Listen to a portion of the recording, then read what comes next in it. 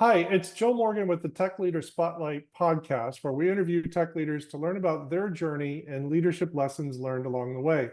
This show is brought to you by the Tech Professional No Regret Money Plan, where we help tech professionals who know they're doing well financially, but aren't certain if it's enough, and know they want to achieve more with with the finances they have. We help you invest cash wisely, make the most of stock awards, minimize your tax bill, and create clarity and confidence so you spend less time worrying and more time living the life you want. If you'd like more information, look me up on LinkedIn. That's Joe Morgan at Best Financial Life. Today, I'm very excited to have Uddyan Sinha with me. Uddyan is the lead developer at Speed Golf Technology and Analytics Lab. And my first question for you, Uddyan, is tell me about Speed Golf Technology and Analytics Lab. What is that? Yeah, first, thanks, Joe, for that lovely introduction. The Speed Golf and Technology Analytics Lab is basically a web application kind of a framework where a niche community of speed golfers communicate with each other, whether they are posting messages, whether they are chatting with each other, or maybe playing a tournament. Take, for example, one of the key features of this application is suppose you're in Australia and someone wants to play a tournament in US. So they can go into our app, create a tournament a sheet, fill the necessary informations, and they can play right away. The only difference that the key factor is suppose the elevation is too much in some of the golf courses and the elevation is less in some of the golf courses. So all those parameters are taken care in our application, and we publish a speed golf score, which is relative of keeping in sync with all those necessary parameters, which is about endurance as well as golfing. So all those necessary parameters takes care, and we give a score. So it's like you can, like, you don't have to be in a specific golf course to play a tournament with each other. Rather, you are spread across the whole globe. And this is, in a nutshell, this is one of the features that we handle. And we also got in the Okay, wait speed a second. golf. Wait a Yeah. second. I gotta pause right there because I gotta ask you, speed golf. So tell us Mhm. what speed golf is, because I've seen this, I think, on the internet, but I'm not Yeah. sure everybody has. Exactly. So speed golf is, as the name suggests, speed. So normally a golf is played with like you just put the ball in the hole and you have to keep doing it for It 18 takes holes or 4 hours, five yeah, take four or hours. 5 hours. In that case, we don't count how many the speed, like how many couple of steps you took or how many running you're doing throughout the golf course. But over here, that is also that also matters. So you have to keep running with your all the things, and then you have to play all these 18 holes. And so it's a combination of your endurance as well as your skill. So yeah, that's Wow. and So your speed through the course is part of your score. exactly And one of the wow. parameters. Yeah. Okay. And so you've created an app that allows people to connect from different golf courses around the world Hmm. and play against each other, maybe play in tournaments, and you can create your own tournaments and all of that. Yes. Yep. Right. Wow, fascinating. And this is this is a popular thing. I mean, like I said, I've seen it on the internet, but I Uh-huh. didn't know, like, I've never been to a golf course where they're like, okay, we're doing speed golf today and everybody has to run. Yeah, so the admin, like a specific golf club, can create a tournament like for a specific period of time. So they can introduce some merchandise or some of the key features, and they can also have some payment gateway, like whoever wants to participate in that tournament, and it will happen. So subsequently, recently we have like in UK based tournaments we have, and then I think the we also have the US based speed golf tournament. So we were the official app for those tournaments. It's a very niche community, as in no, like it's not scalable, but yeah, it's cool. Like people are Very using it. cool. Yeah, And so you're the lead developer. So what does that mean in relation to the app?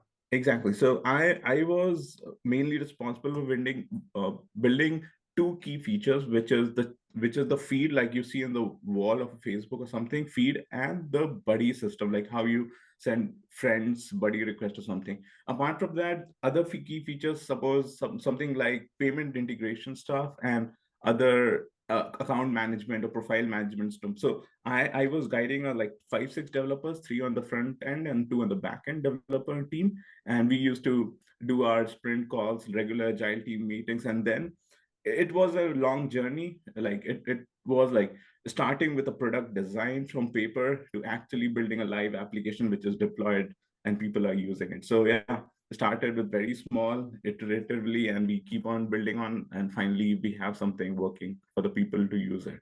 Wow, fascinating. That's great. Okay, so let's get into our questions about leadership. So what does leadership in the tech space mean to you? Yeah, for me, leadership is removing all the chaos. Like there's so much noise when you start a project. Like I'm talking about from the purview of my management strategy.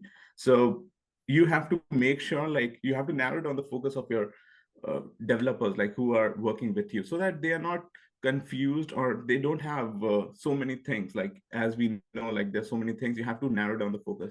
Apart from that, you have to enable them so that they are proficient enough to handle their task, which is coming across to them. In general, I would say like these are some of the basic traits that I foster in my team. Apart from that, I also believe like compassionate leadership is something that we should always keep aim for, because AI is doing a lot of our jobs. It's just the human empathy that needs to be blend with our team so that we have a collaborative and collective workforce which can bring more high which more bring more results to it. So I would say like having compassionate through leadership is also one of the key parameters what I mean for me as a leadership. So that is a significant trait, I would say, apart from having, because a lot of I have seen like big MNCs, I've seen my friends working, and there are a lot of burnouts happening. But if the organization key focus is just to do a high performance, like they kind of neglect the human aspect of certain things, and that's when I feel like being compassionate and asking the team whether they are working fine or not, or unplug them if they feel like very overly burdened with some kind of uh, task or work. So it's the I mean, the leaders can actually look into their team and can assess like how the team is building on. And I feel like if a leadership is compassionate enough, the team itself, like a good leaders can only produce great leaders. So I mean, I was fortunate enough, like throughout my career span, I made some of the great leaders who were very compassionate in approach. And when you meet certain kind of leadership, you kind of emulate those qualities along the way. And that's what I kind of doing in my current leadership. Yeah. Yeah, I love that the compassionate leadership is something I don't think we've talked about on the podcast Mm-hmm. before. Again, compassion is something that's so important when you're working in a collaborative environment, because you need people to work together. And of course, tech Mm-hmm. is very collaborative, Mm-hmm. given all the change and fast moving things that are going on. For you, thinking about compassionate leadership, what's the biggest challenge when you think about that? Yeah, so the biggest challenge I feel, sometimes you have to draw a boundary between, like you can't be like too overly invested in certain team members. Obviously, you have to make sure like the business uh, policies, I mean business targets are met, but at the same time you have to make sure like they themselves can find a solution for themselves. But at the same time, you also have to elevate their pain. Like take for example, you have someone having a tough time in some work, you actually have to, you don't have to come and do the work for them, but actually you have to show them the way. Okay, this is the right path, and maybe this can give you a more productive way of working. So I mean, sometimes there's a lot of expectations when you start working in a team. Like you in the initial days when you start doing all these activities, the team expected, but then you have to kind of balance it, I would say, like having a clear cut understanding between how much you kind of invest, because they also have to understand, like since you have to manage so many different aspects of a product or a team, you don't have that much amount of time to invest on each and every one of them, and they have to be really independent and work along the way. So I mean, that's the tough part. I sometimes I felt, because earlier days this was a major challenge for me. Then it used to boil down to myself being burnt out sometimes when I used to be so Yeah. much involved in the project and the people. Yeah, Yeah, because you're taking all that on your exactly. shoulders. So how did Mhm. you get past that? Yeah, so that's when I would say like you have to kind of find a balance between them. Like you have to be like, okay, instead of finding a solution for them, just show them, okay, this is the way, like you have to go for it. And in the end, slowly and steadily, they will also understand like what I'm trying to say, because once they get to know like there's a saying, right? If you teach them how to fish, right, and they will also in future they will just go and get the fish out of it, because you just have to tell them how to find the way out of it, and in Yeah. the future they can do for themselves. I think Yeah. that's the best enabler for any team, that I mean, as for matter, because that's when the team becomes very independent and they have the autonomy in place, and they become very high performing.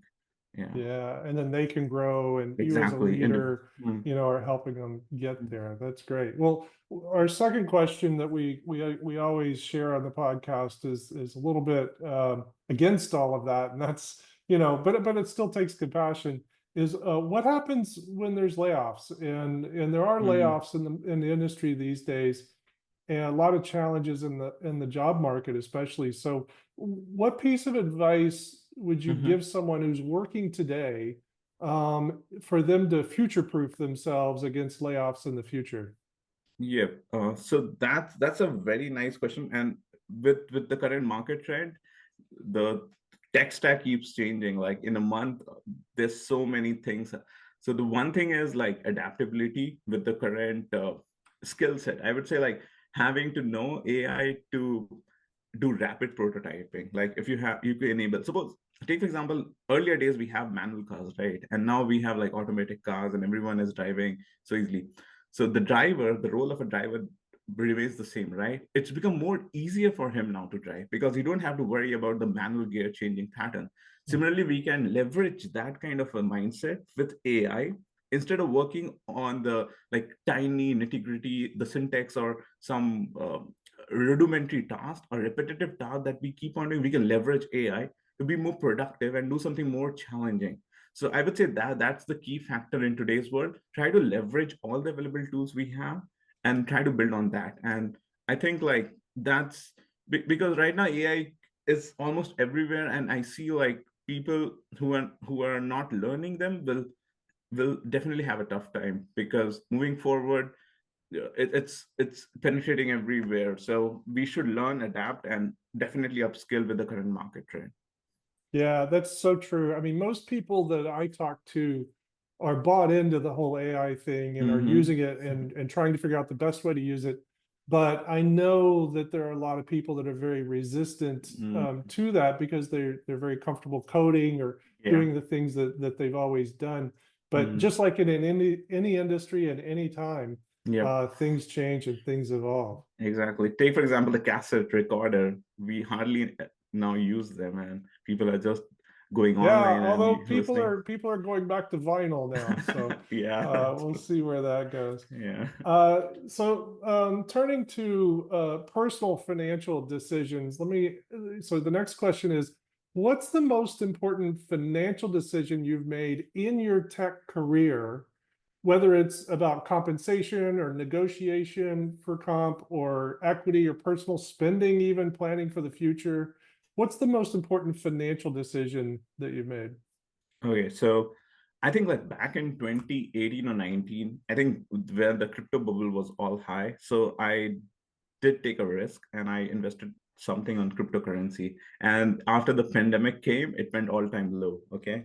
Yeah. And I was like, okay, I was not really worried about it because obviously I just invested it and I didn't have high hopes.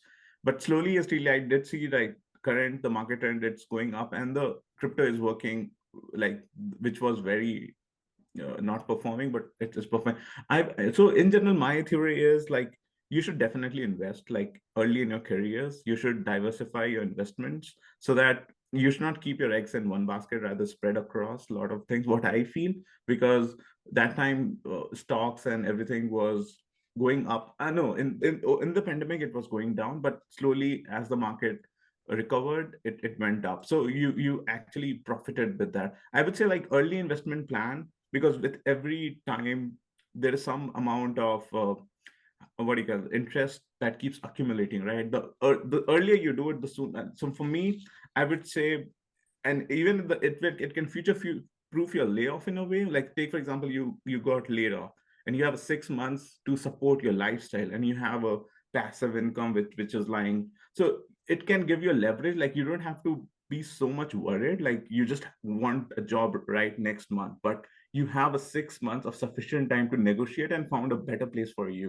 So I would say in these times, you definitely have to keep looking for financial, like how can you uh, have some bandwidth, like in terms of money or whatever. You have to keep it safe so that some, because uncertainty is part of life nowadays. Like you never know if reorg happens and some companies want to just the business is not doing well, and you should like for like you should for yourself you should have some buffer place, and that's happened when you financially plan. Suppose you join a company, you should keep some good financial decisions, or maybe you can reach out like you, I think you are the one who is doing that, so people can reach out to you and can have some sound financial decisions. So yeah, so whatever decisions I do was mainly based on whatever learnings I get, like from the online media. I don't have like any one, like I don't have any expertise like, okay, these are the things. So better to go someone who is expert in these areas and try to make some decisions based on that. So yeah. Yeah, so if I Mhm. could pull a few things out of there, Uh-huh. diversify, Mhm. invest early in your careers, Mhm. have 6 months of savings, so you've Exactly. got a war chest. Invest in crypto when it was very, very low. If we could go back in time and do that, Yeah. that would be wonderful. Mhm. But don't be afraid to take risks. I Exactly. would add with small parts Mhm. of your assets, of course, not Mhm. with large parts, but Yeah. terrific advice. Thank you so much for sharing your time and Yeah. energy with Thanks, us Joe. today, Uddyan. Mm. Yeah, I appreciate it. Appreciate it Um, as well. Nice talking to you, Joe. Yep. yeah, you as well. Mhm. Just as a reminder, this is sponsored by the No Regret Money Plan, where tech leaders gain clarity and control of their finances so they can live out the rest of their life with intention. If you want to know more about us, look me up on LinkedIn, Joe Morgan at Best Financial Life. Until our next episode, stay intentional.